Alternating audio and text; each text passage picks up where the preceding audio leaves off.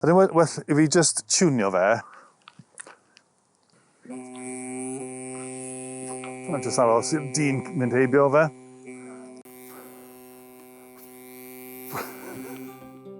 Hi, I'm Antwn Owen-Hicks. I live in Cymraeg a dwi'n siarad Cymraeg. Dwi'n credu clywes i'r iaith Gymraeg am y tro gyntaf ar y teledu pan o'n i'n blentyn. Ac hefyd dwi'n cofio fy mam-gu a fy nhad-gu hefyd. Weithiau jyst yn dweud geiriau bach fel bore da neu nos da, pethau fel hynny. Dwi wedi bod yn dysgu Cymraeg ers falle 1990 ar ôl dod yn ôl i Gaerdydd o Llundain. Cyn hwnna, o'n i ddim rili yn gwybod llawer am yr iaith Gymraeg o gwbl. Ges i mwy o ddiddordeb rili o lle dwi'n dod o. O'n i eisiau gwybod mwy am Gymru a diwylliant a'r iaith ac oedd diddordeb gyda ni i greu band werin.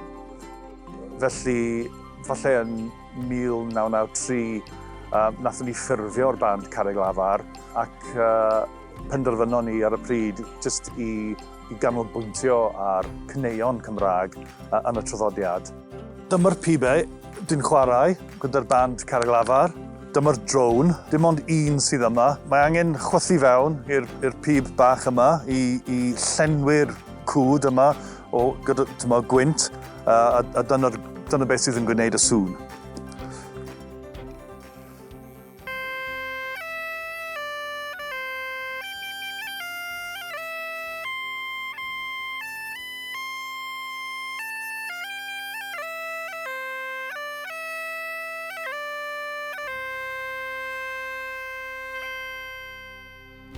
Enillais i Dysgwr y Flwyddyn yn yr Eisteddfod Genedlaethol eleni ac oedd hwnna'n brofiad anhygoel.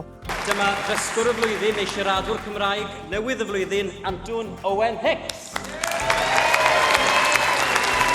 Pan clywais i fe enw yn y prif pafiliwn fel enillydd, o'n i ddim yn gallu credu fe i ddechrau, bod yn onest. Oedd e'n eitha surreal fel enid.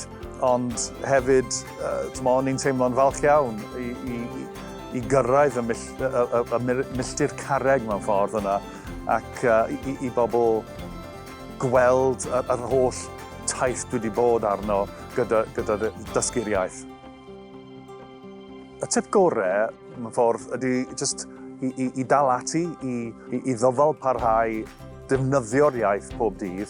Beth bynnag yw'r iaith sydd gyda chi nawr.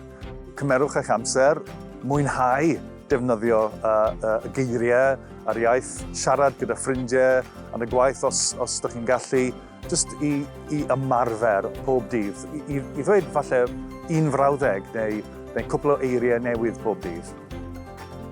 Mae siarad Cymraeg wedi newid fy mywyd llawer. O'n i ddim yn gallu dychmygu rili pan dechreuais i ddysgu sut oedd hwn yn mynd i effeithio fy mywyd. Ond o'n i'n gallu defnyddio fe yn y gwaith a gyda'r band Carreg Lafar, teithio ar draws y byd, rili, yn canu yn y Gymraeg, ac hefyd, wrth gwrs, gyda fy nheulu a fy merch hi yn siarad Cymraeg fel iaith gyntaf. Just edrych ymlaen at y dyfodol Cymraeg.